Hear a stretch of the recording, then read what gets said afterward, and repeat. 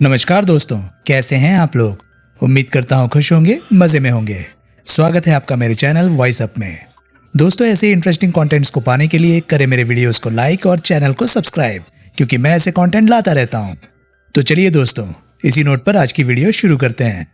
आज की वीडियो में मैं आपको सुनाने वाला हूँ गोली और जहर नॉवल का पार्ट 8। इसके बाकी के 7 पार्ट आप ऑलरेडी सुन चुके हैं, और अगर आपने नहीं सुने तो उनके लिंक्स आपको ऊपर आई बटन से मिल जाएंगे। तो चलिए दोस्तों, ज्यादा देरी ना करते हुए शुरू करते हैं गोली और जहर नॉवल का पार्ट 8। अगर आपको पता चले कि वो चोर नहीं थी तो आपको अफसोस होगा कि आपने खामखा गरीब मार की। वो चोर थी, फर्ज कीजिए नहीं थी, तो आपको अफसोस होता उसे नौकरी से निकालने का। आम हालात में होता, लेकिन अब नहीं होता। तुम्हारे अखबार के जरिए अब वो मेरे खिलाफ इतना जहर जो उगल चुकी है। Madam, all things said and done. वो चोर नहीं थी, उसने आपका कंगन नहीं चुराया था। आपका कंगन आपकी दूसरी मेट बॉबी ने चुराया था। तुम्हें कैसे मालूम? कुछ दिन पहले किसी ने बॉबी को एन वैसा ही कंगन पहने अपनी आंखों से देखा था। आप अभी मेरे सामने बॉबी को बुलाकर पूछिए कि वो कंगन उसके पास कहां से आया। कंगन बॉबी ने चुराया नहीं हो सकता। आप पूछिए तो सही। अच्छी बात है। नम्रता वहां से बाहर निकल गई। जब वो वापस लौटी तो उसके हाथ में सांप के आकार का कंगन था। फिर उसके पीछे पीछे ही बॉबी वहां प्रकट हुई। बॉबी, नम्रता सख्ती से बोली, मैंने सुना है कि ऐसा एक कंगन तेरे पास भी है। तत्काल बॉबी के चेहरे का रंग उड़ा। मैं वो कंगन देखना चाहती हूँ, जाके ले आ। मैडम, वो क्या वो कंगन नकली था। लेकिन था एन ऐसा? नम्रता उसे अपना कंगन दिखाती हुई बोली। हाँ ठीक है, नकली ही लेके आ। वो अब मेरे पास नहीं है। क्यों नहीं है? कहाँ गया? वो मुझे ढीला था, कहीं उतर के गिर गया। नम्रता ने सुनील की ओर देखा, लेकिन सुनील का चेहरा भावहीन था। भाग जा, नम्रता बोली। बॉबी फौरन वहां से रुखसत हुई। अब क्या कहते हो? नम्रता चैलेंज भरे स्वर में बोली। मुझे उसकी कहानी पर यकीन नहीं। सुनील बोला, वो सरासर झूठ। मुझे यकीन है। कंगन के जिक्र से ही उसका रंग बदरंग हो गया था। मुझे उस पर यकीन है। ऑल राइट, सुनील असहाय भाव से कंधे उचकाता हुआ बोला। है तो है। अब एक आखिरी दरख्वास्त और है। क्या? मुझे मालूम हुआ है कि ठाकुर साहब की स्टडी अब पुलिस की कस्टडी में नहीं है। अगर आपको एतराज ना हो तो मैं भी एक निगाह मौका वारदात पर डालना चाहता हूं। आओ। सुनील तत्काल उसके साथ हो लिया। पूरा 1 घंटा सुनील ने स्टडी में गुजारा। उसने स्टडी के हर कोने खुदरे की खुर्दबानी जांच की। उसने स्टडी के पिछवाड़े के कंपाउंड का भी चक्कर लगाया, जहां की बकौल पुलिस हथप्राण टारगेट प्रैक्टिस किया करता था। आखिरकार जब वो स्टडी में वापस पहुंचा तो उसने वहां नम्रता के साथ सूरत से बहुत बदहवास लगते श्याम भैया को मौजूद पाया। सुनील ने शशंक भाव से दोनों की सूरतें देखी और फिर बोला, खैरियत तो है? श्याम भैया तत्काल परे देखने लगा। बता दो, नम्रता धीरे से बोली, क्योंकि इसे पहली चिट्ठी की बाबत मालूम है। श्याम भैया ने हैरानी से सुनील की तरफ देखा। आपकी तारीफ? फिर वो बोला। परिचय नम्रता ने कराया। ये सुनील है, वो बोली। प्रेस रिपोर्टर है, जुकाम जैसी खसलत वाला प्रेस रिपोर्टर है। श्याम भैया की भवें उठी। पीछा नहीं छोड़ता, सुनील बोला। यही कहना चाहती थी ना आप? ये श्याम भैया है। नम्रता उसकी बात की ओर ध्यान दिए बिना बोली। फैमिली फ्रेंड है। चिट्ठी की क्या बात थी? सुनील बोला। जवाब में श्याम भैया ने नम्रता की ओर देखा। फिर उसने नम्रता के सुदृढ़ संकेत पर 1-2 बार तय किया हुआ कागज सुनील की ओर बढ़ा दिया। सुनील ने कागज को खोलकर उसकी इबारत पर निगाह डाली। उस पर मोटे मोटे उबड़ खाबड़ अक्षरों में केवल इतना लिखा हुआ था, पंकज युद्धवीर की रखेल है। कैसे मिली ये चिट्ठी? सुनील ने सवाल किया। लेटर बॉक्स में पड़ी मिली थी, श्याम भैया बोला। आज ही मिली? हाँ, अभी थोड़ी ही देर पहले। मिलते ही दौड़ा यहां चला आया। साथ में लिफाफा नहीं था? नहीं। पंकज को दिखाई? अभी नहीं। इरादा है? श्याम भैया ने नम्रता की ओर देखा। नम्रता ने इंकार में सिर हिलाया। क्या सोचा आपने इस इबारत के बारे में? सुनील ने पूछा। वही जो किसी भी समझदार शख्स को सोचना चाहिए, श्याम भैया आवेगपूर्ण स्वर में बोला। यह किसी पागल का प्रलाप है, किसी सिरफिरे की बकवास है।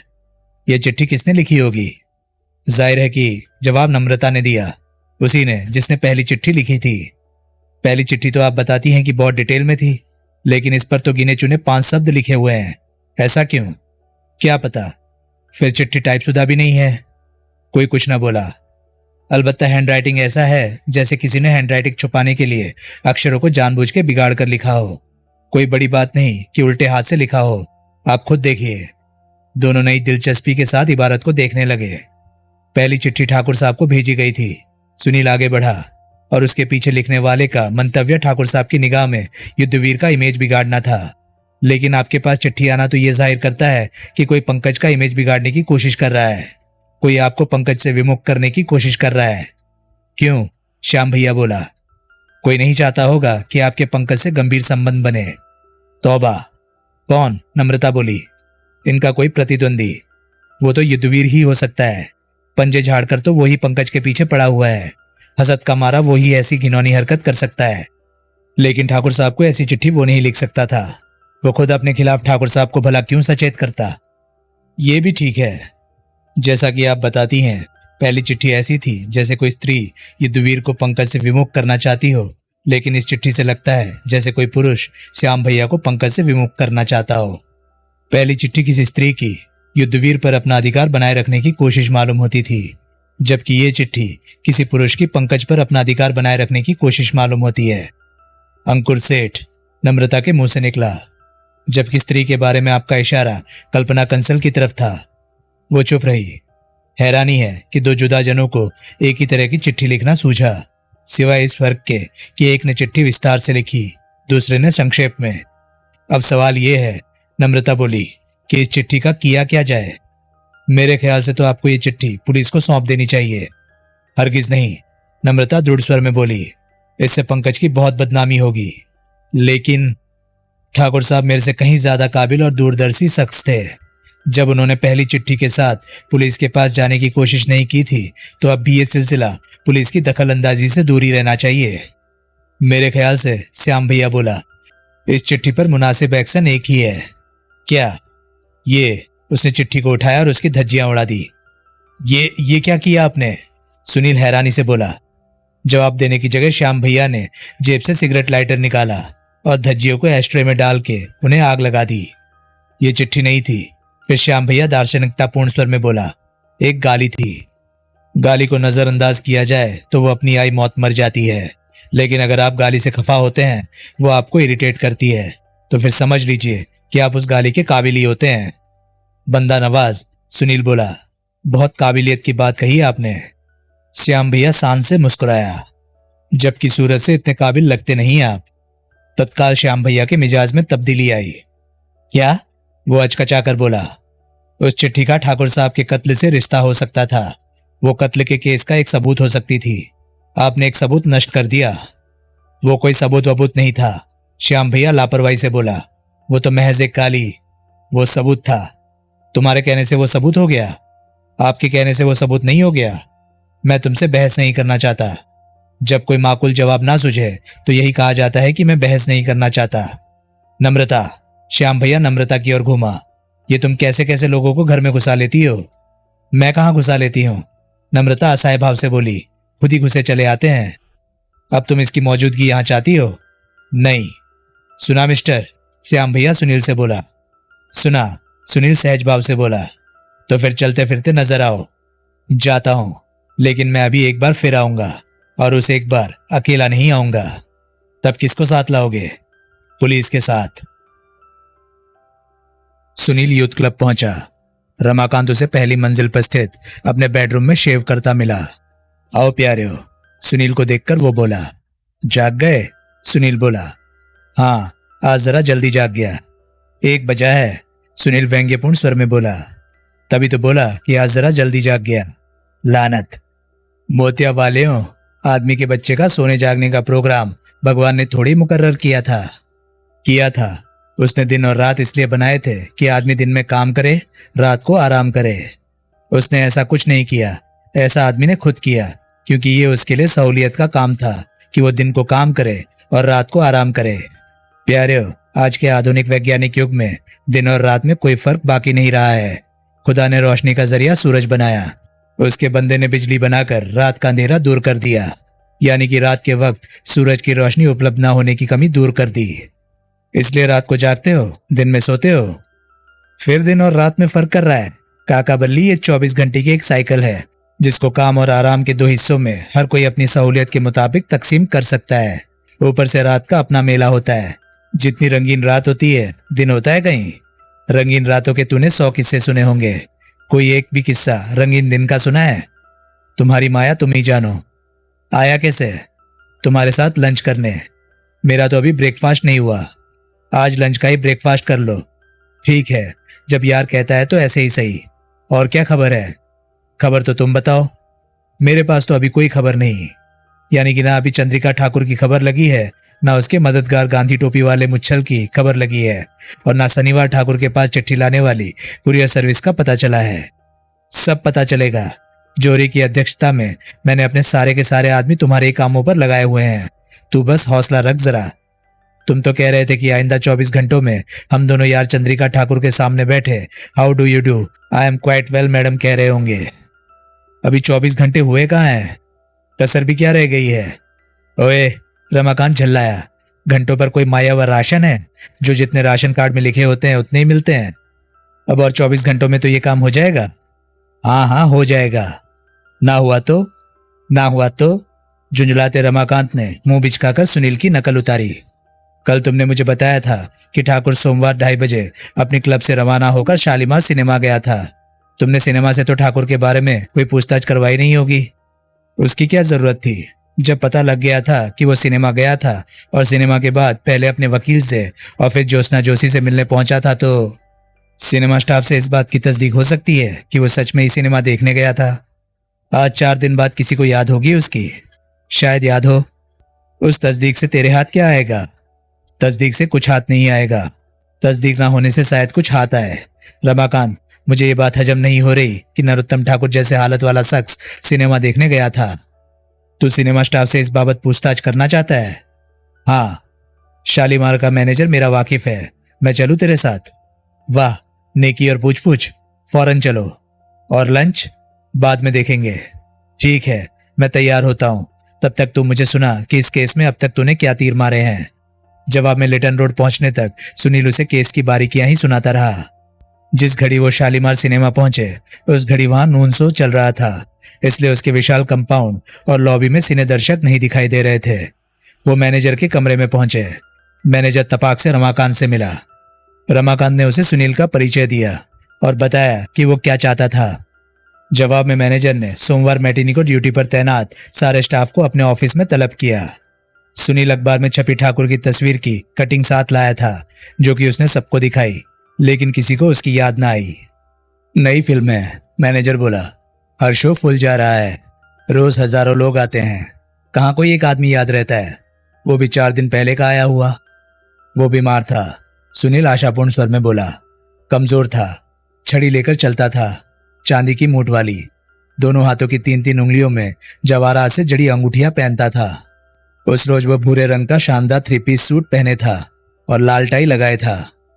किसी पर कोई प्रतिक्रिया ना हुई। इंटरवल कितने बजे होता है? 5 बजे। वो शायद इंटरवल से पहले ही पिक्चर छोड़ के चला गया था। इतनी बढ़िया नई फिल्म कोई बीच में छोड़ के कैसे चला जाएगा? उसकी तबीयत ठीक नहीं थी।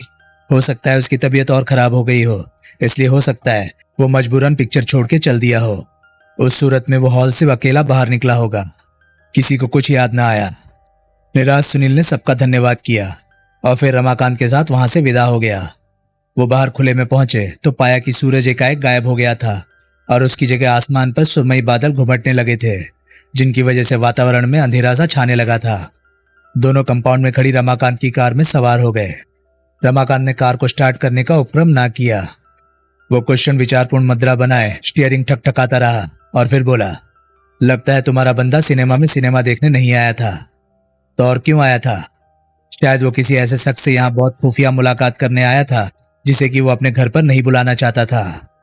खुफिया मुलाकात सिनेमा जैसी भीड़भाड़ वाली जगह पर? रमाकांत को जवाब न सूझा।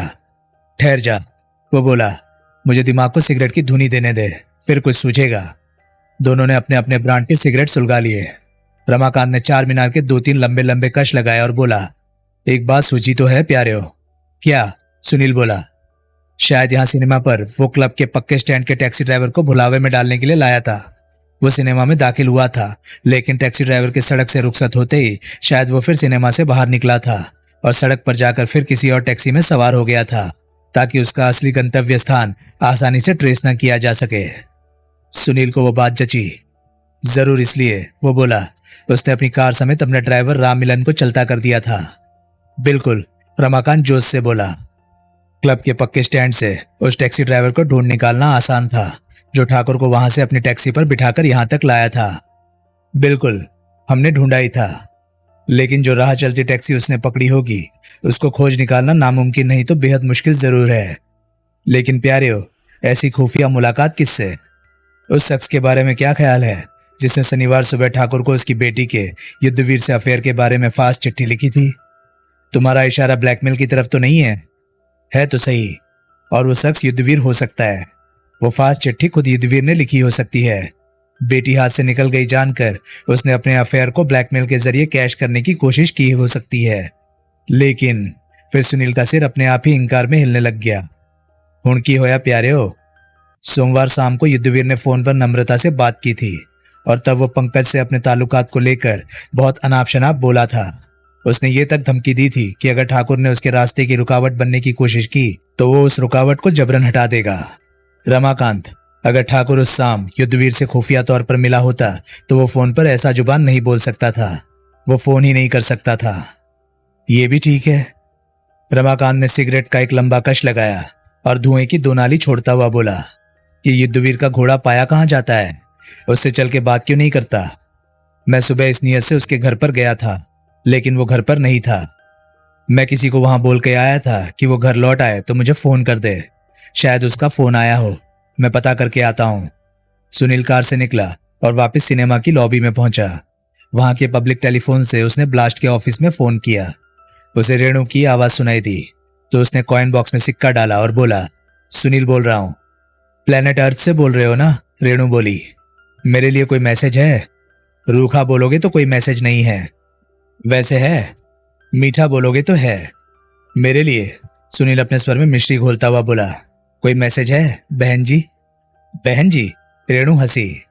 जाने बहार, गुले गुलजार, नूरे नजर, राहते जिगर, चश्मे बद्दूर, तूफाने हमदम, bright eyes, rosy lips, angel face. इस खादिम के लिए कोई संदेशा है तो फरमा डालिए, वरना ये बेचारा नसीब का मारा, दो जहान से हारा, सब्ज सहजादा, लकड़ी का बुरादा, चिमनी का धुआं, गर्दिश का कुआं, विधवा का पिया, मजार का दिया, खीर का पिस्ता, आबे बहिस्ता, रो रो के जान दे देगा। मीठा बोलने को कहा था, आगाहशन का ड्रामा करने को नहीं कहा था। रेणु की बच्ची, अब कुछ कह भी चुक। 2 बजे के करीब किसी रिसाल सिंह का फोन आया था। वो कहता था कि कुंवर जी अपने फ्लैट में वापस लौट आए मालूम होते थे। ठीक है, शुक्रिया। सुनील ने संबंध विच्छेद करके घड़ी देखी। 2:30 बजे थे। सुनील हरनबी रोड पहुंचा।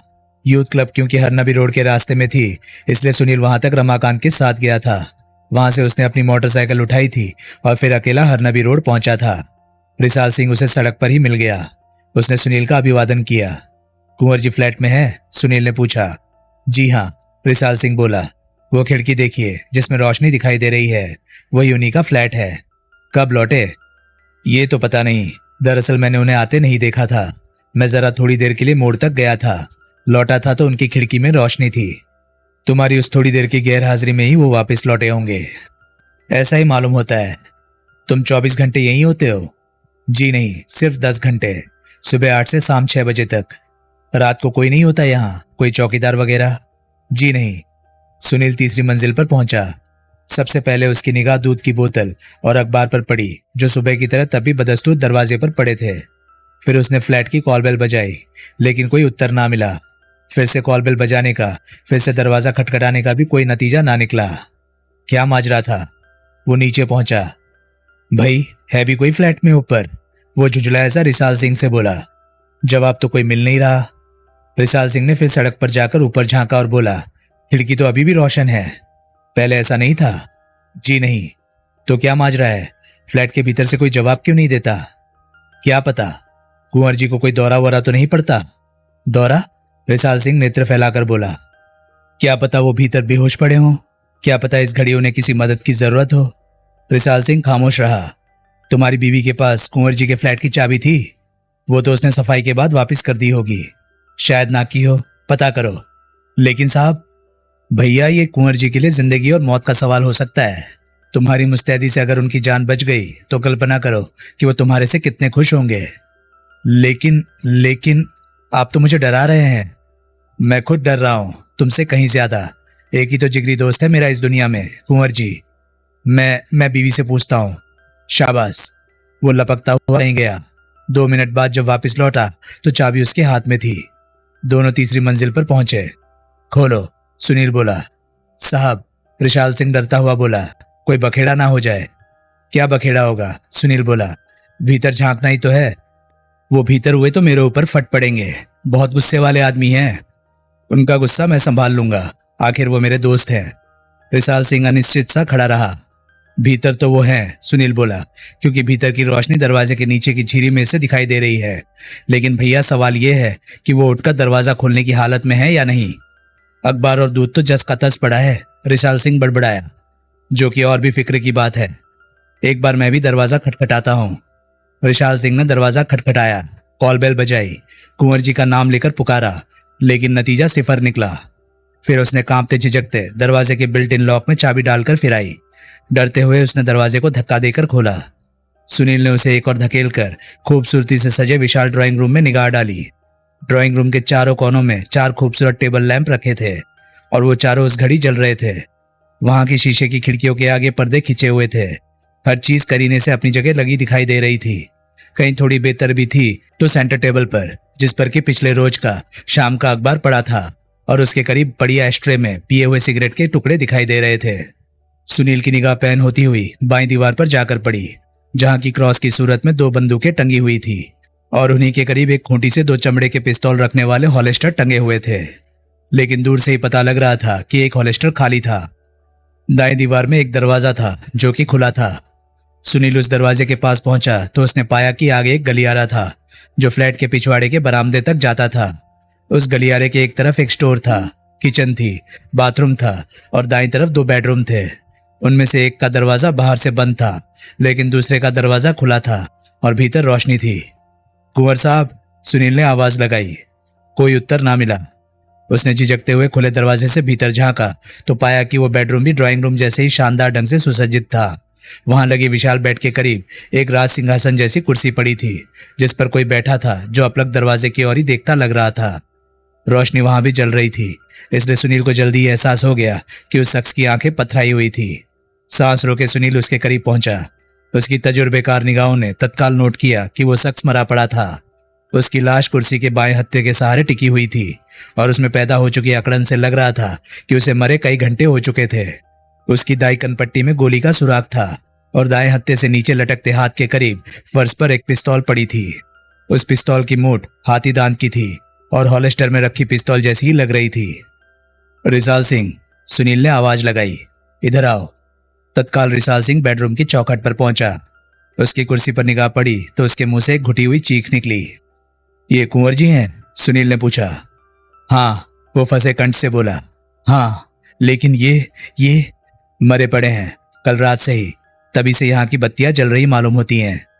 लेकिन मुझे तो 4 बजे के करीब ही खिड़की में रोशनी लगी थी, क्योंकि तब आसमान में काले बादल छा गए थे और सूरज गायब हो गया था। जब तक सूरज की तीखी रोशनी खिड़की के शीशों पर पड़ रही थी तब तक तुम्हें भीतर की रोशनी का एहसास नहीं हुआ था। बाहर अंधेरा हो जाने पर ही भीतर की रोशनियों से शीशे चमके थे। ओह, कुंवर जी कहीं से यहाँ पहुंचे नहीं थे, वो शुरू से ही यहीं थे। पिछली रात से मरे पड़े थे यहाँ, इसलिए बाहर दरवाजे पर पड़ा अखबार और दूध की बोतल अभी तक वहीं पड़े हैं। अब क्या होगा? अब जो होगा पुलिस के किए होगा। चलो कहीं और से पुलिस को फोन करवाओ।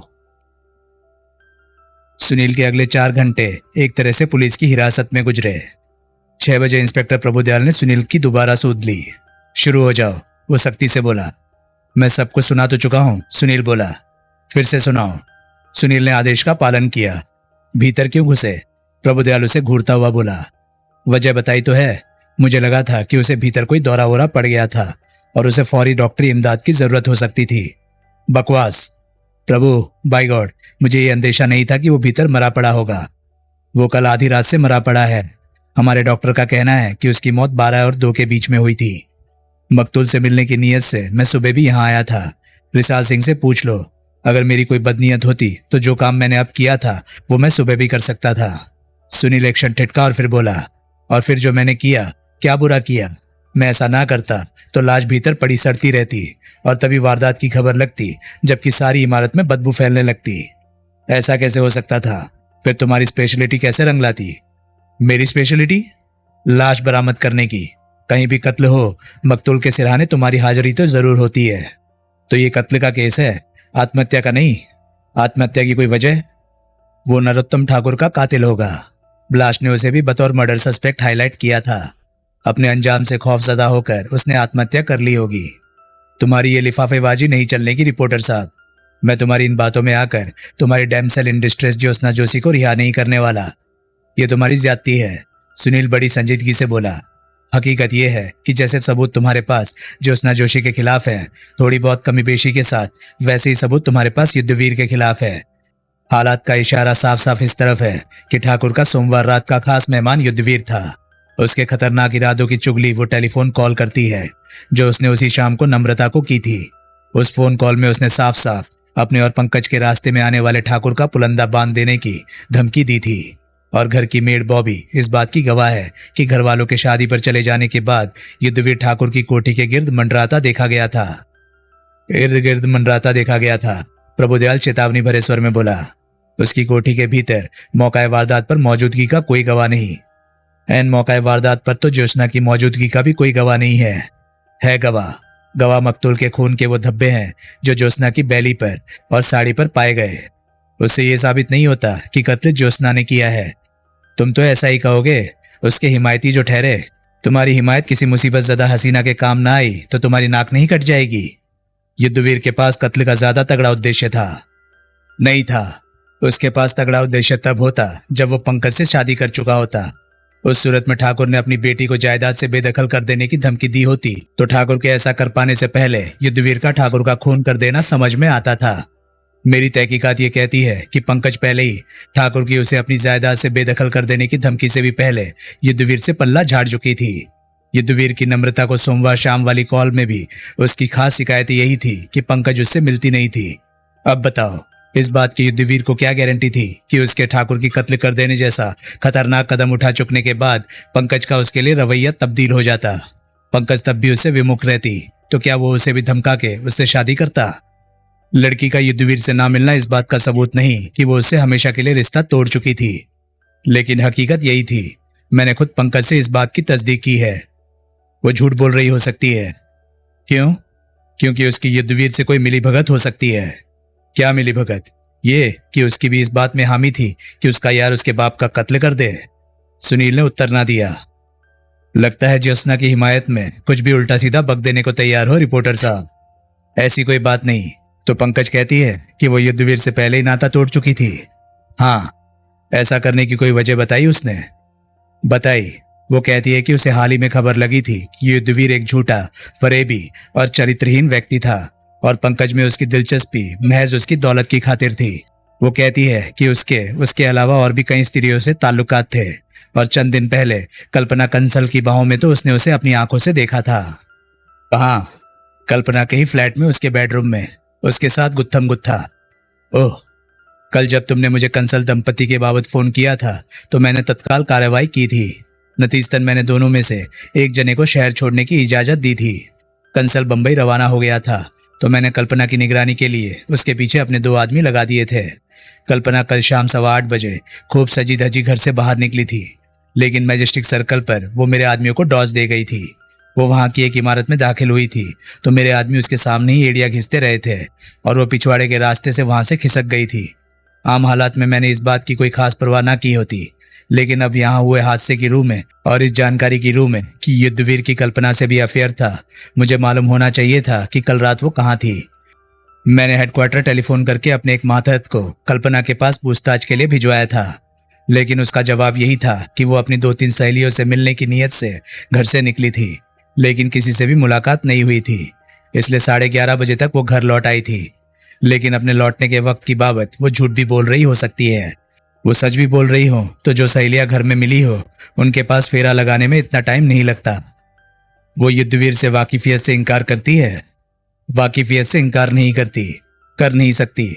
युद्धवीर का उसके घर पर आना जाना था, ये बात 100 तरीकों से स्थापित की जा सकती है। जब पंकज ने उसी के फ्लैट में युद्धवीर को उसकी बाहों में देखा था तो ये बात तो स्थापित ही स्थापित है। बिल्कुल। युद्धवीर की मौत की खबर की उस पर क्या प्रतिक्रिया हुई थी? मेरा माथत कहता है कि ये खबर सुनकर उसके छक्के छूट गए थे, लेकिन वो सब एक्टिंग भी हो सकती है। क्या मुश्किल काम है ये किसी औरत के लिए। युद्धवीर वाली खबर सुनकर तो वो औरत और भी जिद के साथ कहने लगी थी कि वो सहेलियों के यहाँ ही घूम फिर कर आ गई थी, उसने यहाँ का रुख नहीं किया था। अब अगर मैं ये स्थापित करने में कामयाब हो गया कि कल रात वो यहाँ आई थी तो फिर इस औरत की खैर नहीं। आई भी तो क्या हुआ, जब तुम इसे आत्महत्या का केस मानते हो तो। मैंने कब कहा यह आत्महत्या का केस है? अच्छा, नहीं कहा?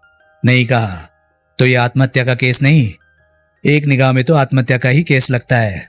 बंद फ्लैट, लाश की पोजीशन, उसकी कनपट्टी में गोली का छेद और इर्द गिर्द जले बारूद की परत, कुर्सी से नीचे लटके दाएं हाथ के करीब पड़ी खुद उसकी रिवॉल्वर, रिवॉल्वर पर उसी के उंगलियों के निशान वगैरह, ये तमाम बातें करती तो आत्महत्या की तरफ ही इशारा है।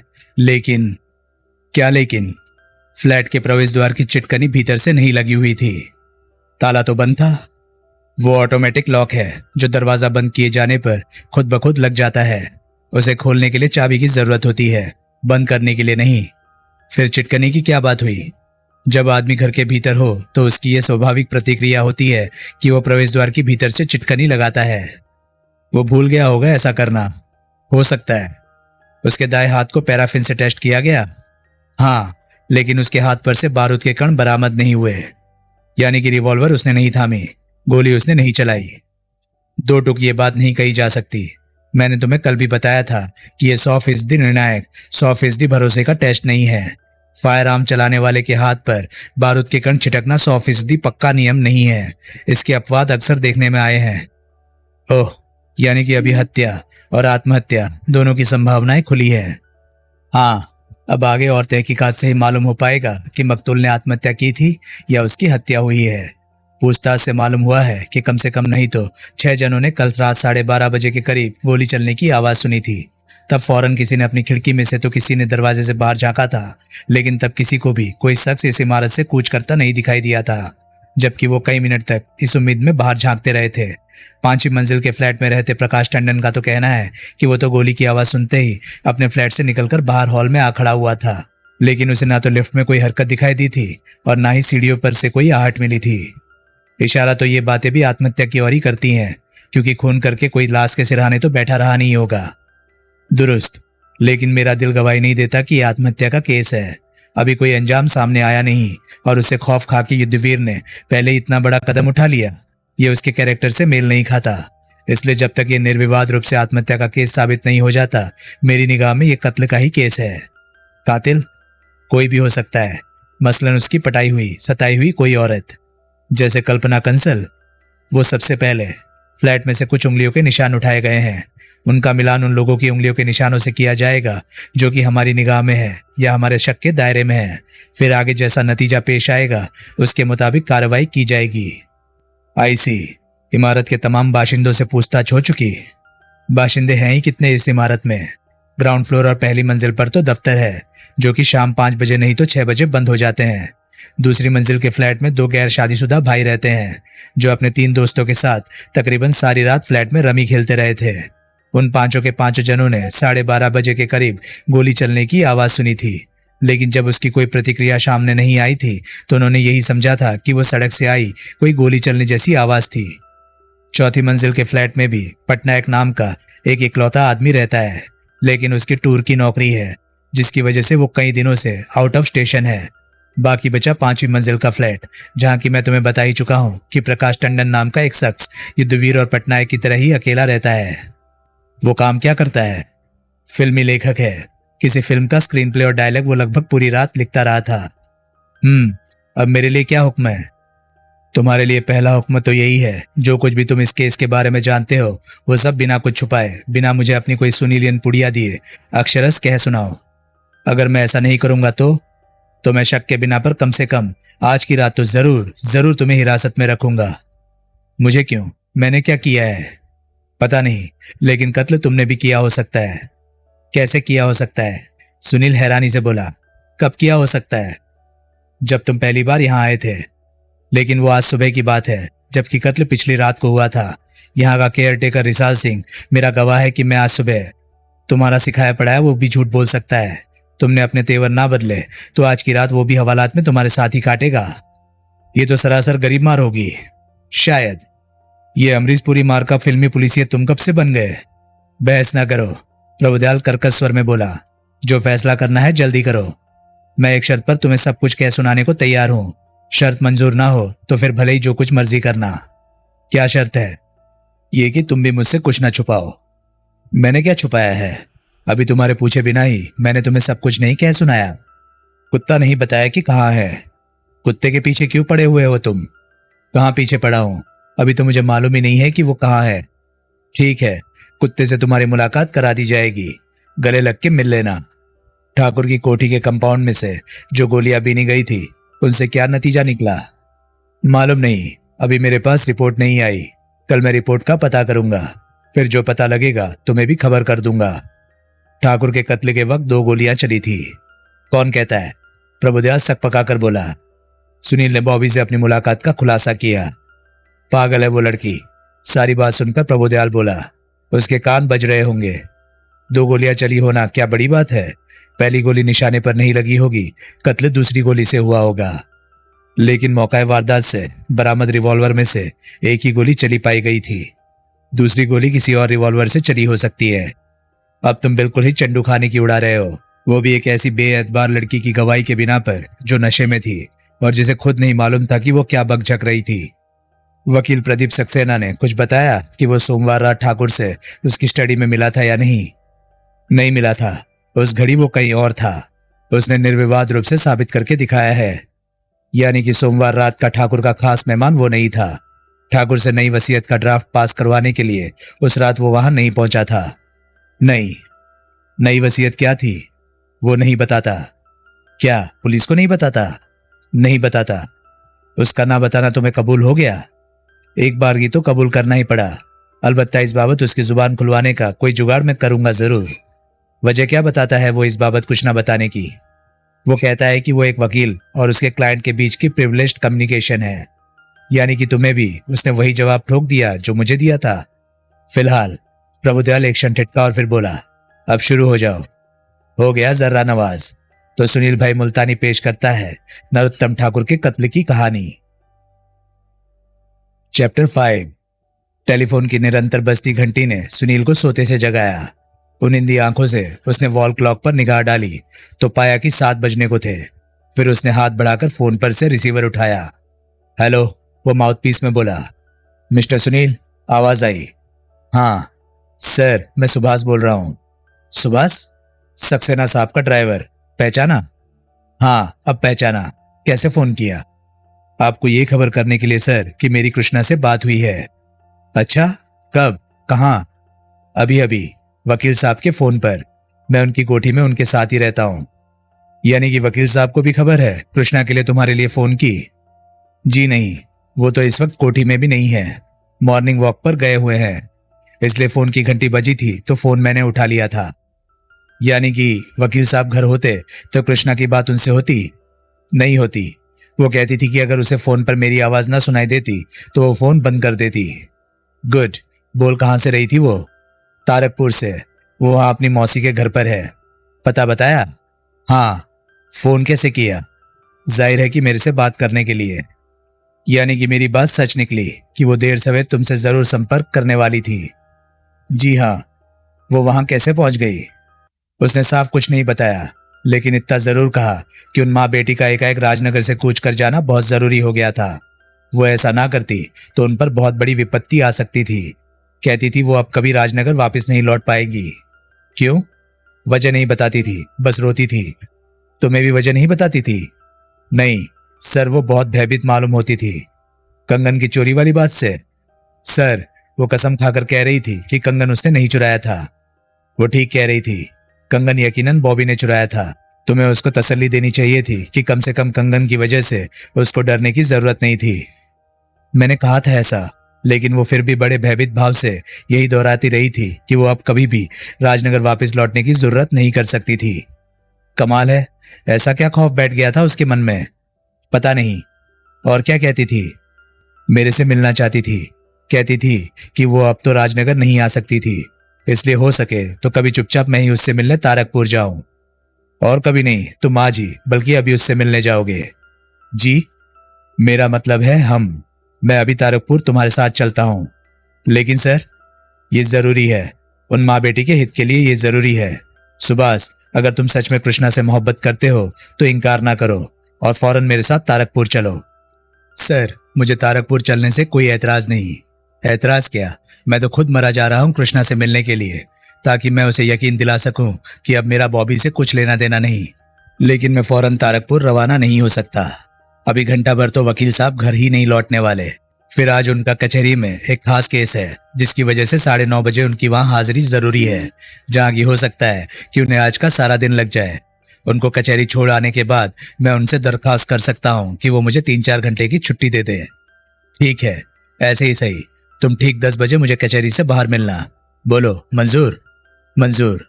लेकिन एक मेहरबानी करना, अपने वकील साहब को अभी इस बाबत कुछ ना बताना। अगर आप कहते हैं तो मैं कहता हूं। ठीक है फिर। 10 बजे कचहरी के सामने। फिर सुनील ने संबंध विच्छेद कर दिया। 8 बजे सुनील नहाया धोया तरोताजा हरनबी रोड पर युद्धवीर सिंह के फ्लैट वाली इमारत के सामने मौजूद था। लिफ्ट द्वारा वो सीधा इमारत की 5वीं मंजिल पर पहुंचा और उसने उस मंजिल के इकलौते फ्लैट की कॉल बेल बजाई। तत्काल दरवाजा खुला और चौखट पर एक कोई 35 साल का कुर्ता पाजामाधारी, नंगे पांव सूरज से ही कलाकार लगने वाला नौजवान प्रकट हुआ।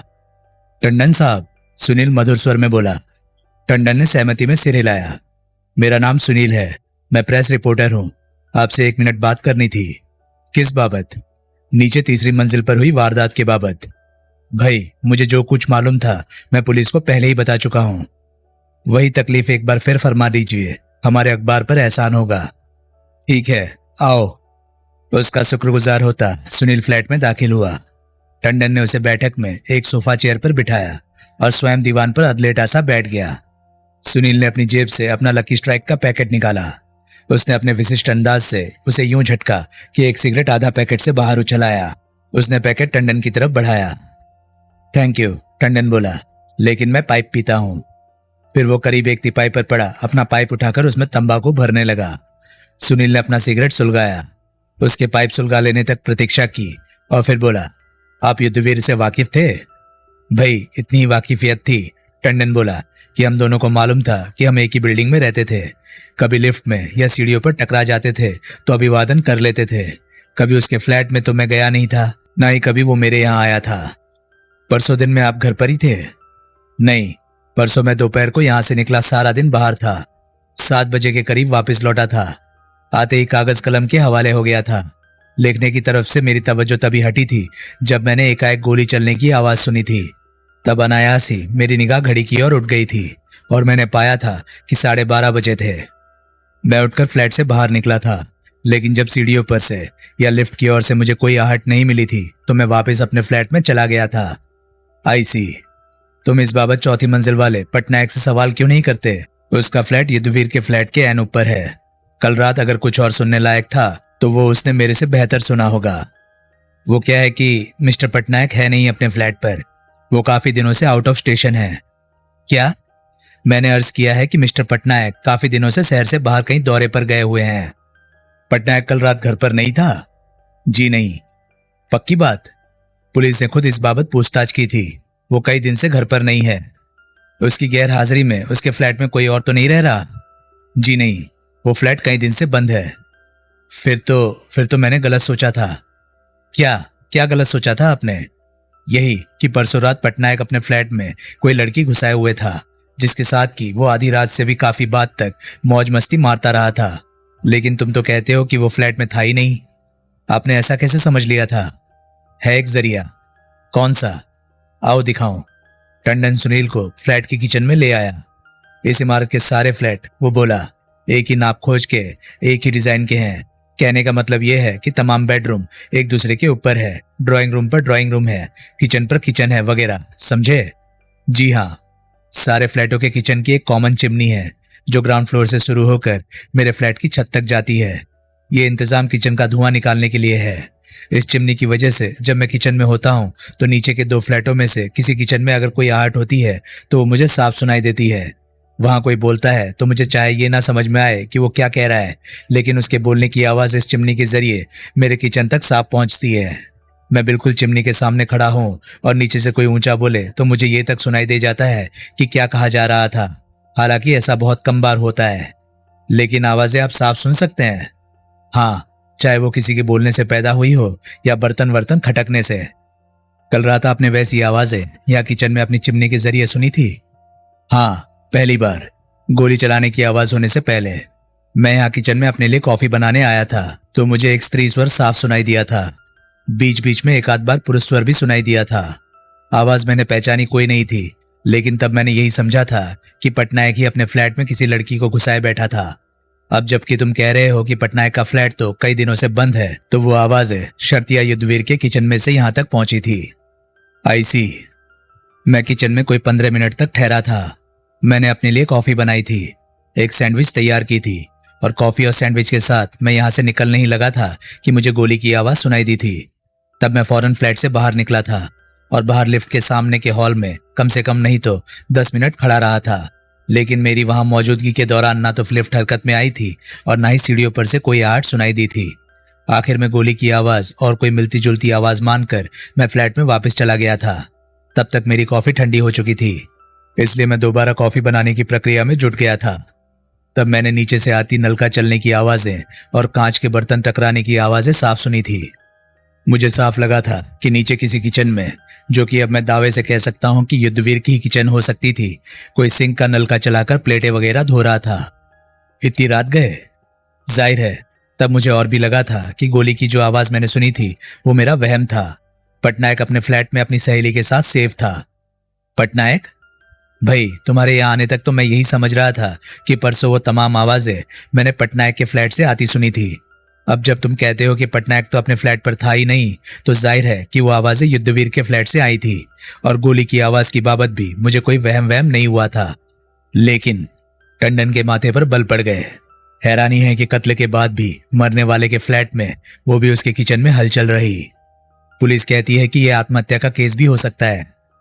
कैसे हो सकता है? आत्महत्या क्या कोई किसी के सामने करता है? ऐसे कोई किसी को अपने सामने जान देने देगा? नहीं। तो यही कि यह साफ साफ कत्ल का मामला है और कत्ल शर्तिया उस औरत ने किया था जो परसों रात युद्धवीर के साथ थी और कत्ल के बाद भी कम से कम 20-25 मिनट तक उसके फ्लैट में ही मौजूद रही थी। बिल्कुल। मरने वाले के फ्लैट में रात बिरात लड़कियों की आवाजाही काफी रहती थी। काफी का तो मुझे पता नहीं, क्योंकि मैं ही बहुत कम अपने फ्लैट पर मौजूद होता हूँ। अलबत्ता पिछले बुधवार 10 तारीख को जब मैं आधी रात को घर लौटा था तो मैंने अपने सामने एक टैक्सी को नीचे इमारत के प्रवेश द्वार पर रुकते और उसमें से एक ऐसी औरत को निकलकर इमारत में दाखिल होते देखा था जो झक सफेद फुल लेंथ कोट और सिर पर वैसी ही बड़ी स्टाइलिश टोपी पहने थी। वो कोट सूरत से ही इतना कीमती लग रहा था कि वो कोई मामूली हैसियत की औरत नहीं हो सकती थी। तब मुझे बड़ी उत्सुकता हुई थी कि आधी रात को वो पटनायक से मिलने आई थी या युद्धवीर से। उन दो से ही क्यों? भाई, वो हंसा। मेरे से मिलने आई तो वो हो नहीं सकती थी, क्योंकि मैं ही इस बात का गवाह हूं कि वो मेरे से मिलने नहीं आई थी। अब तुम्हारे कहे के लिहाज से पटनायक शायद तब भी आउट ऑफ स्टेशन था। बाकी कौन बचा? उन दो में से तो बाकी युद्धवीर ही बचा, लेकिन दूसरी मंजिल के फ्लैट वाले बाशिंदों के बारे में क्या ख्याल है? वो दोनों भाई तो बस ताश के शौकीन हैं। दोनों सारी सारी रात दोस्तों के साथ रमी खेलते रहते हैं। उनकी ताश की फड़ उस रोज भी लगी हुई थी। अब फड़ में कोई इकलौती लड़की, वो भी ऐसी शानदार, थोड़ी ही आती। तो वो युद्धवीर से ही मिलने आई थी। हाँ, खुशकिस्मत था पट्टा। आपको ये नहीं मालूम वो औरत कौन थी? नहीं, कैसे मालूम होता? सूरत तो देखी होगी। बस एक झलक, जिससे मुझे इतना ही एहसास हुआ था कि वो खूबसूरत थी, नौजवान थी और गोरी चिट्टी थी। आप उसे दोबारा देखें तो पहचान लेंगे? नहीं, अलबत्ता उसका इंतहाई शानदार कोट जरूर पहचान लूंगा।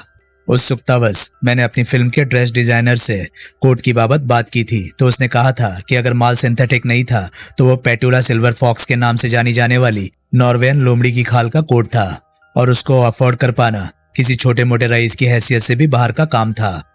ऐसी ऊंची हैसियत वाली औरत या लड़की आधी रात को युद्धवीर से मिलने आई थी। Lucky dog. ईर्ष्या और प्रशंसा मिश्रित स्वर में टंडन फिर बोला, आपके यहाँ फोन है? हाँ, बेडरूम में है। क्यों? मैं एक फोन करना चाहता हूं। किसे? पुलिस को।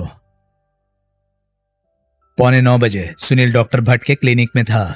उस घड़ी डॉक्टर क्लिनिक में मौजूद था। अलबत्ता मरीजों की आवाजाही अभी शुरू नहीं हुई थी।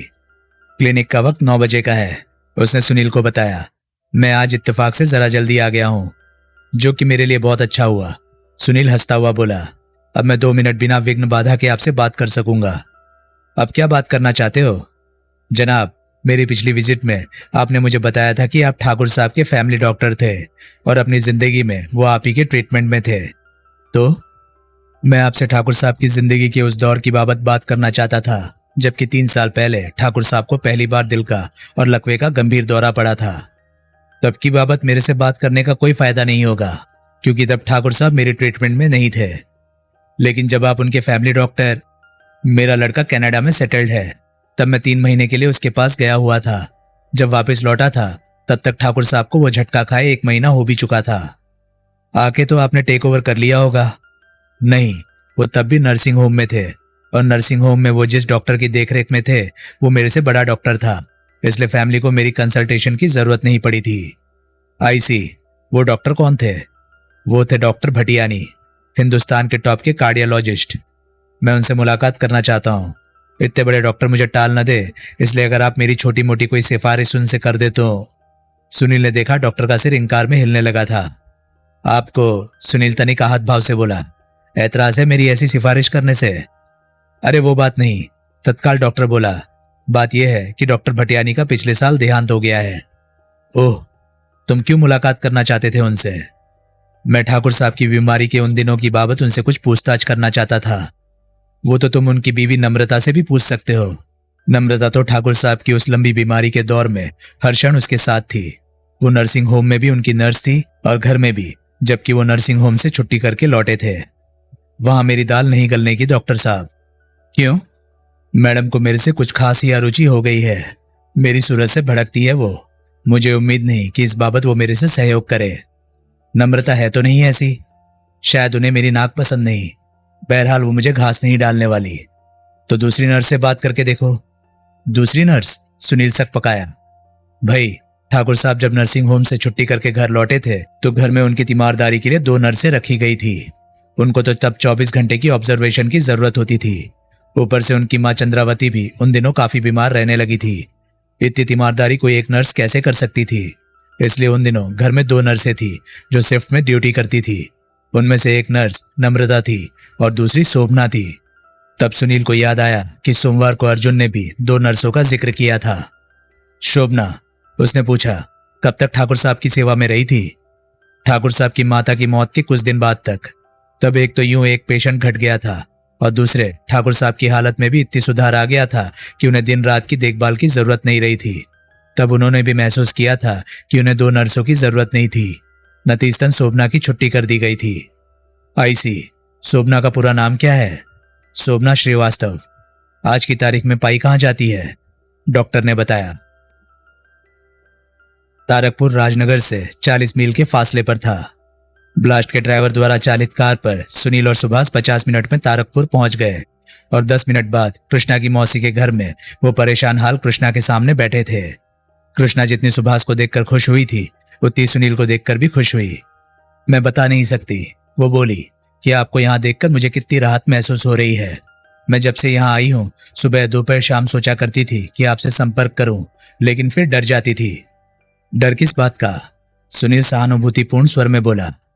आप मेरे से इतनी हमदर्दी से पेश आए थे कि मेरा दिल कहता था, मेरे अंदर से आवाज उठती थी कि आप मेरी मुश्किल का कोई हल निकाल सकते थे, लेकिन डर जाती थी। क्यों? उसने उत्तर ना दिया। उसने बेचैनी से पहलू बदला और अपने सूखे होठों पर जुबान फेरी। तुम माँ बेटी राजनगर से एकाएक भाग क्यों खड़ी हुई थी? कृष्णा, तुम बेहिचक मुझे सब कुछ बताओ। ये समझो कि बात हम तीनों के बीच में ही रहेगी और जब तक तुम्हारी हामी नहीं होगी किसी को उसकी खबर नहीं होगी। कृष्णा ने सुभाष की ओर देखा। सुभाष ने सहमति में सिर हिलाया और आंखों ही आंखों में उसे आश्वासन दिया। अब बोलो, सुनील मीठे स्वर में बोला। किस बात से खौफजदा हो तुम? हमें चिट्ठी मिली थी, वो धीमे स्वर में बोली। चिट्ठी? यानी कि बुधवार शाम 3 बजे तुम्हारे घर का पता पूछता जो शख्स विनोबा बस्ती पहुंचा था वो तुम्हारे लिए कोई चिट्ठी लाया था? हाँ। चिट्ठी तुम्हारे नाम थी? हाँ। किसने भेजी थी? सक्सेना साहब ने। प्रदीप सक्सेना ने? ठाकुर साहब के वकील साहब ने? हाँ। चिट्ठी लाने वाले ने कहा था कि उसे सक्सेना साहब ने भेजा था। नहीं, चिट्ठी के नीचे लिखने वाले का नाम लिखा था। चिट्ठी लाने वाला तो चिट्ठी देते ही वहां से चलता बना था। हाँ, कौन वो? पता नहीं कौन था। तुमने पूछा भी नहीं? नौबत ही नहीं आई। उसने तो मेरा नाम पूछकर वो चिट्ठी मेरे हाथ में थमाई और ये जा वो जा। क्या लिखा था सक्सेना साहब ने तुम्हें? कृष्णा के शरीर में सुनील ने साफ साफ सिहरन दौड़ती देखी। तुम बिल्कुल न डरो, बेखौफ बताओ क्या लिखा था उस चिट्ठी में? उसमें लिखा था, वो पूर्ववत कांपती हुई बोली, कि अगर मैं अपनी माँ के साथ फौरन राजनगर से हमेशा के लिए किसी गुमनाम जगह के लिए कूच ना कर गई तो मेरी माँ का कत्ल करवा दिया जाएगा और मुझे गुंडों से उठवा दिया जाएगा, जो कि मेरे साथ। वो रोने लगी। बदफेली करेंगे? सुनील ने पूछा। हाँ, वो रोती हुई बोली, तब तक जब तक कि मेरे प्राण न निकल जाते। सुभाष का चेहरा लाल होने लगा, उसकी मुट्ठियां भिंचने लगी। जान से मार दूंगा, वो नथुने फुलाता हुआ बोला। किसे जान से मार दोगे? सुनील शांति से बोला। ऐसी धमकी देने वाले उस वकील के बच्चे को, ऐसा शरीफ आदमी और ऐसी जलील हरकत। 1 मिनट चुप करो। उसने वो चिट्ठी क्यों? सुना नहीं? सुनील सख्ती से बोला। सुभाष चुप हो गया।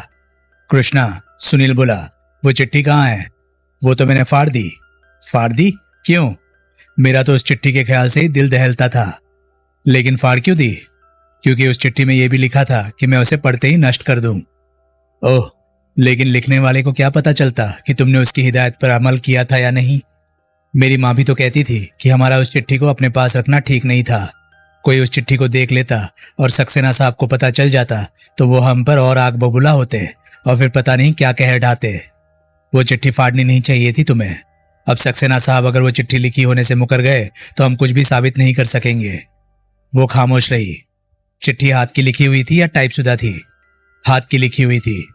फिर तो बिल्कुल ही नहीं फाड़ना चाहिए। कृष्णा, बहुत गलत काम किया तुमने। अब मैं क्या करती? उस चिट्ठी की दहशत ही इतनी थी कि।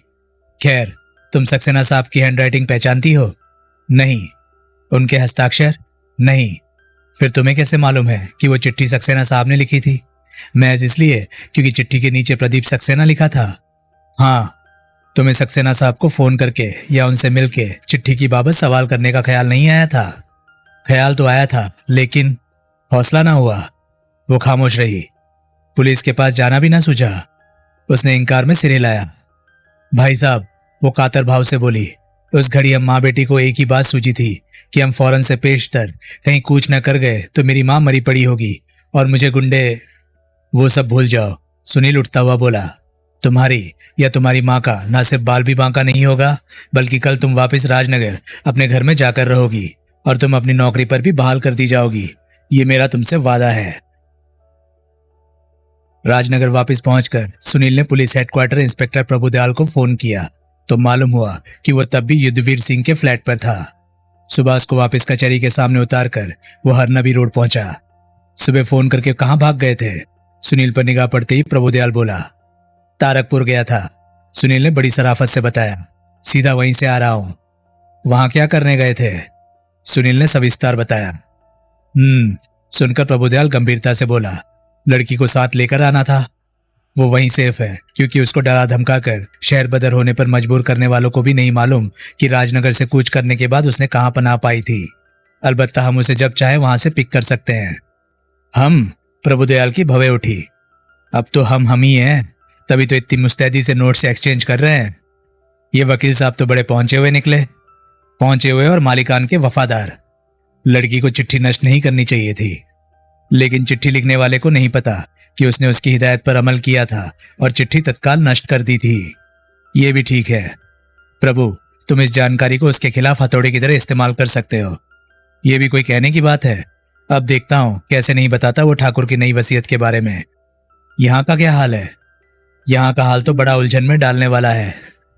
3 घंटे से ऊपर हो गए हमें यहाँ झक मारते, लेकिन कोई मामूली से मामूली भी ऐसा सूत्र हाथ नहीं आया है जो परसों रात मकतूल के साथ किसी औरत की यहाँ मौजूदगी की चुगली करता हो। कोई हेयर पिन, कोई टूटी हुई चूड़ी, कोई बाल बांधने वाला रबड़ बैंड, कोई जनाना बाल, कोई लिपस्टिक वाला सिगरेट का टुकड़ा, कोई लिपस्टिक लगाया जनाना खुशबुओं से बजा टिश्यू। कुछ भी तो नहीं। कोई उंगलियों के निशान तो मिले होंगे? मिले हैं, लेकिन वो या खुद मरने वाले के हैं या वीरा नाम की उस औरत के जिसने कि परसों यहाँ की भरपूर सफाई की थी, और या कल्पना कंसल के हैं। कल्पना कंसल के? सुनील सकपकाया। हाँ, उसकी जानकारी के बिना हमने उसकी उंगलियों के निशानों का नमूना हासिल किया था। उसके बिना पर हमने यहाँ 3-4 जगह उसकी उंगलियों के निशानों की मौजूदगी की तस्दीक की है। तुम्हारा क्या ख्याल है, वो निशान परसों से पहले के हैं? नहीं, हो भी नहीं सकते। परसों शाम 5 बजे तक वीरा यहाँ के हर कोने खुरदरे की सफाई करके हटी थी। जैसी सफाई उसने की थी उसके बाद भी यहाँ कोई उंगलियों के निशान पुराने बचे रह गए हों, ये नामुमकिन है।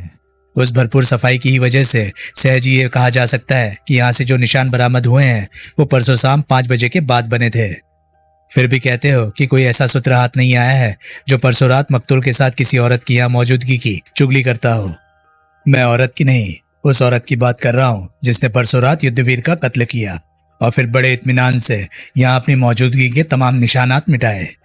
अगर वो औरत कल्पना होती तो उसकी उंगलियों के जो निशान हमें यहाँ मिले हैं वो हरगिज न मिलते। जो औरत लाश की मौजूदगी में यहाँ बड़े इत्मीनान से बर्तन भांडे तक धोती रही, वो भला कैसे यहाँ उंगलियों के निशान छोड़ सकती थी? जिसने मुख्य द्वार के भीतर की चिटखनी तक से टॉयलेट की पानी की टंकी के पानी चलाने वाले हैंडल तक से उंगलियों के निशान मिटाए, वो एस्ट्रे पर या बेडरूम की साइड टेबल पर या उसकी पीठ पर अपनी उंगलियों के निशान भला कैसे छोड़ गई? यानी कि कल्पना कातिल नहीं? नहीं, अलबत्ता ये मैं उसे कबूलवा चुका हूँ कि परसों शाम मैजेस्टिक सर्कल पर मेरे आदमियों को डॉस देने के बाद वो सीधी यहाँ आई थी। वो 9 बजे के करीब यहाँ पहुंची थी और पति के बंबई गया होने का फायदा उठाते हुए उसका सारी रात यहीं गुजारने का इरादा था। लेकिन फिर एक ऐसा विघ्न आ गया था कि 11 बजे उसे यहाँ से रुखसत हो जाना पड़ा था। क्या हुआ था? वो कहती है कि तब यहाँ एक फोन आया था जो कि युद्धवीर ने उसके सामने सुना था। उसने फोन पर कोई नाम नहीं लिया था, लेकिन उसके बात करने के ढंग से कल्पना को लगा था कि वो किसी लड़की से बात कर रहा था। कॉल खत्म होते ही युद्धवीर ने फतवा सुना दिया था कि कल्पना को फौरन वहां से रुखसत होना पड़ेगा, क्योंकि कोई उससे मिलने आ रहा था जिससे उसने कोई बिजनेस की बात करनी थी। कल्पना कहती है कि वो बहुत भुनभुनाई थी, लेकिन जाना उसे वहां से पड़ा था। युद्धवीर ऐसा ही आदमी बताया जाता है जो कि मीठी और मुलाहजे वाली बात एक ही बार करता था, दूसरी पर तक तो वो साक्षात शैतान बन जाता था। लिहाजा कल्पना को उसके हुक्म के मुताबिक उसके फ्लैट से रुखसत होना पड़ा था। लेकिन फौरन वो औरत फ्लैट से ही रुखसत हुई थी, इलाके से नहीं। वो इमारत से निकलकर सड़क से पार बने एक टेलीफोन बूथ की ओट में जा खड़ी हुई थी। वो कहती है कि वो ये जानने की बहुत इच्छुक थी कि वो लड़की कौन थी जिसका फोन आने पर उसकी खातिर युद्धवीर ने उसे चलता कर दिया था। वैसे तो उसे अंदाजा था कि वो लड़की पंकज थी, लेकिन वो इस बात की तस्दीक चाहती थी। फिर थोड़ी देर बाद एक टैक्सी वहां पहुंची थी जिसमें से पेटुला सिल्वर फॉक्स नाम की नॉर्वेयन लोमड़ी की खाल से बना बेशकीमती कोट और वैसी टोपी पहने एक लड़की बाहर निकली थी और युद्धवीर के फ्लैट वाली इमारत में दाखिल हो गई थी। वो लड़की जो कोई भी थी पहले भी यहाँ आती थी, क्योंकि प्रकाश टंडन कहता है कि कुछ दिन पहले आधी रात के करीब उसने भी वैसी पोशाक पहने एक लड़की को यहाँ आते देखा था। बढ़िया। बहरहाल तुम्हें कल्पना के बयान पर विश्वास है कि वो परसों रात 11 बजे युद्धवीर को यहाँ अपने पीछे सही सलामत छोड़कर गई थी? हाँ, अगर वो युद्धवीर की कातिल होती तो उसके उंगलियों के निशान इस फ्लैट में कहीं हरगिज भी ना पाए गए होते। यानी कि कातिल हसीना की, उस औरत की जो कल्पना के चले जाने के बाद यहाँ आई थी, परसों रात यहाँ मौजूदगी साबित करने का तुम्हारे पास कोई जरिया नहीं? अभी नहीं है, लेकिन ये बात स्थापित तो मैं करके रहूंगा। अभी भी? हाँ, अभी एक तरीका और है, उस पर अमल हो रहा है। वो तरीका जरा लंबा, जरा घुमा के कान पकड़ने वाली किस्म का है, लेकिन मुझे यकीन है कि उससे मेरा वांछित नतीजा जरूर निकलेगा। वो क्या तरीका? सुनो, ये तो प्रत्यक्ष है कि अभी तुमने जिस औरत को कातिल हसीना का नाम दिया वो 11:15 बजे यहाँ पहुंची थी और गवाहों के बयान के मुताबिक गोली चलने की आवाज 12:30 बजे सुनी गई थी। यानी कि 1.25 घंटा वो इस तन्हा फ्लैट में जीवित युद्धवीर के साथ रही थी। वो युद्धवीर की खास मेहमान थी। ये इस बात से साबित होता है कि उसका फोन आने पर उसे टरकाने की जगह युद्धवीर ने अपने साथ पहले से मौजूद कल्पना को टरकाया था। ऐसे खास मेहमान की उसने कोई खातिर तवज्जो भी की होगी। जाहिर है वो दोनों किचन में भी मौजूद रहे थे। टंडन ने उनकी किचन से आती आवाजें सुनी थी। अब जरा सोचो, आधी रात के करीब किचन में किचन वाला काम क्या हो सकता था? कोई पेट पूजा का जुगाड़? दुरुस्त, लेकिन मेहमान औरत या युद्धवीर या दोनों आधी रात को खाना पकाने तो बैठ नहीं गए होंगे। पेट पूजा के फौरन और आसानी से हो जाने वाले जुगाड़ के जो साधन किचन में मौजूद हैं वो है अंडे, डबल रोटी, कॉफी। अब फर्ज करो कि मेहमान के आते ही युद्धवीर ने क्या किया होगा। पहले तो कोई ड्रिंक ही पेश किया होगा, जो कि जाहिर है कि उसने खुद भी लिया होगा। फिर मेहमान के कुछ खाने की इच्छा जाहिर करने पर ऑमलेट, कॉफी वगैरह का प्रोग्राम बना होगा। फिर कत्ल के बाद जब मेहमान हसीना ने यहाँ की हर जगह से अपने उंगलियों के निशान साफ किए थे, तो उसने किचन में जाकर वो तमाम बर्तन भी धोए थे जिस पर से कि उसकी उंगलियों के निशान बरामद हो सकते थे। अब किचन में तो बहुत बर्तन हैं, लेकिन जो बर्तन उन लोगों के इस्तेमाल में आए होंगे वो होंगे 2 ड्रिंक्स के ग्लास, 2 पानी वाले सादे ग्लास, 2 कॉफी कप, 2 प्लेट, 2 बड़ी प्लेटें जिन पर की ऑमलेट सर्व हो सके, 2 कांटे, 2 छुरिया, 2 चम्मच। ठीक? हाँ। कत्ल के बाद अपनी वहां आमद को छुपाने के लिए कम से कम इतने बर्तन उस औरत ने किचन के सिंक पर खड़े होकर जरूर धोए थे, क्योंकि बर्तन धोए जाने की आवाजें ऊपर अपने फ्लैट में टंडन ने साफ सुनी थी। कबूल। लेकिन इसका मतलब क्या हुआ? इसका मतलब ये हुआ कि अगर किचन में मौजूद तमाम के तमाम बर्तनों को फिंगरप्रिंट्स के लिए चेक करने पर यह पाया जाता है कि उनमें से सिर्फ 2 ग्लास, 2 टम्बलर, 2 कॉफी कप, 2 प्लेटें, 2 बड़ी प्लेटें, 2 चम्मच, 2 कांटे, 2 छुरियां ऐसी है जिस पर कि किसी भी प्रकार के उंगलियों के निशान नहीं है, तो ये कातिल हसीना की प्लेट में मौजूदगी का अपने आप में सबूत होगा। ओह, तुम्हारी जानकारी के लिए मेरे महकमे के 3 फिंगरप्रिंट्स एक्सपर्ट इस घड़ी किचन में मौजूद है और इसी लंबे उबाऊ काम को अंजाम देने की कोशिश कर रहे हैं। उस औरत ने हर तरह के बर्तनों के 2-2 सेट क्यों धोए होंगे? उसने तो सिर्फ अपनी उंगलियों के निशान गायब करने थे, क्योंकि इस्तेमाल शुदा बर्तनों को किचन के सिंक में पहुंचाने के बाद उसके लिए यह जानना संभव नहीं रहा होगा कि कौन से ग्लास वगैरह उसने इस्तेमाल किए और कौन से युद्धवीर ने। इसलिए उसने बर्तनों के दोनों सेट ही धो डाले होंगे। ओह प्रभु, कत्ल के बाद भी लाश के साथ फ्लैट में मौजूद रहना हौसले की बात नहीं है, बहुत भारी हौसले की बात है। ऐसी हौसलामंद लड़की पंकज है। रिपोर्टर साहब, ये कत्ल का कारोबार बड़ा टेढ़ा है। कुछ लोग हौसलामंद होते नहीं, लेकिन जरूरत आन पड़ने पर बन जाते हैं। मैंने मक्खी तक मारने के नाकाबिल लोगों को उंगली में सुई चुभ जाने से खून निकल आया देखकर बेहोश हो जाने वाले लोगों को पूरी नृशंसता से की गई हत्याओं के लिए सजाएं दिलवाई हैं। सुनील खामोश रहा। तो दोस्तों, ये था गोली और जहर नॉवल का पार्ट 8। ये पार्ट आपको कैसा लगा प्लीज कमेंट सेक्शन में अपनी राय मुझे जरूर बताएं। और हाँ, अगर आपको मेरे वीडियोस पसंद आ रहे हैं तो प्लीज उन्हें लाइक कीजिए और चैनल को सब्सक्राइब कीजिए, क्योंकि मैं ऐसे कंटेंट लाता रहता हूं। तो चलिए दोस्तों, मैं मिलता हूं अब आपसे अगली वीडियो में। तब तक के लिए नमस्कार, गुड बाय। सेफ रहिए, खुश रहिए, मजे करिए।